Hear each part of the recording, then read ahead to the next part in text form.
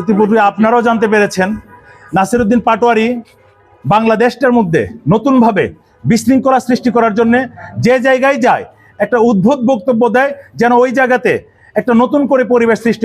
আপনারা জানেন, আমরাও জানি, বাংলাদেশের সবচেয়ে নির্যাতিত পরিবার শহীদ রাষ্ট্রপতি জিয়া রহমানের পরিবারের পরে যদি একটা ব্যক্তি সবচেয়ে নির্যাতিত থাকে, সেই নেতা হচ্ছে লুৎফুজ্জামান বাবর ভাই।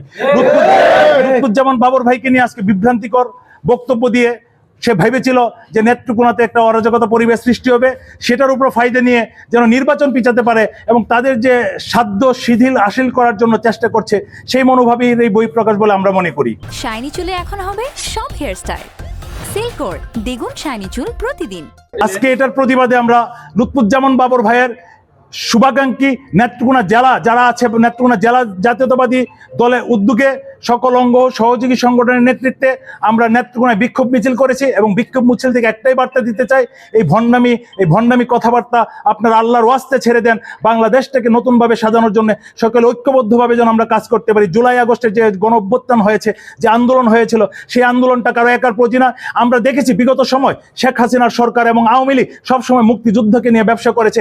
তখনই এখন বর্তমানে মনে হচ্ছে কেন জানি বর্তমান যারা নতুন এনসিপি কিংস পার্টি বিভিন্ন সময় তৈরি হয়, আপনারাও জানেন, আমরা তাদেরকে কিংস পার্টি হিসেবেই মনে হচ্ছে। তারাও চাচ্ছে যে জুলাই গণ অভ্যুত্থান যেটা হয়েছে সেটাকে তারা পুঁজি করে নিজেরা ব্যবসা করবে। আজকে লুৎফুজ্জামান বাবর ভাই, সবচেয়ে হাসির ব্যাপার, লুৎফুজ্জামান বাবর ভাই যতদিন জেল খেটেছে, এনসিপির অনেক নেতার এতদিন বয়সেই হয়নি।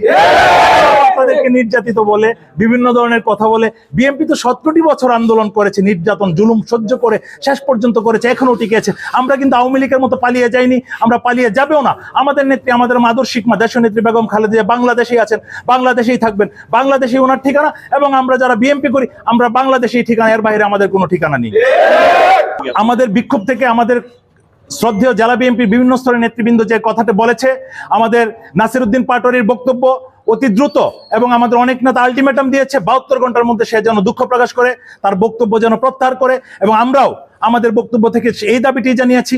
তার কুরুচিপূর্ণ বক্তব্য কিছুদিন আগেও যে কাজটা করেছিল কক্সবাজার, সেটা আজকে করেছে নেত্রকোনা এবং বাংলাদেশের বিভিন্ন জায়গায় তারা এই ধরনের কথাবার্তা বলে যাচ্ছে। আমরা চাই তারা শালীনতার মধ্যে চলে আসুক, তারা রাজনৈতিক দল হিসেবে নিজেদেরকে গড়ে তুলুক, নিজেদের জনপ্রিয়তা মানুষের কাছে পৌঁছে দিক। অযৌক্তিক অকারণে বিভ্রান্তমূলক কথা বলে বাংলাদেশটার মধ্যে নতুন করে যদি আবার ষড়যন্ত্র সৃষ্টি করে, আমার মনে হয় কেন জানি তার কথাবার্তায়, বিশেষ করে নাসিরউদ্দিন পাটোয়ারির কথাবার্তায় মনে হচ্ছে সে তার কথা এবং শেখ হাসিনার কথা একই সুরে গাথা। আমার মনে হয় সেই কথাগুলো রয়ের কি শিখানো কথা কিনা সেটা তদন্ত করে দেখা উচিত বাংলাদেশ সরকারের।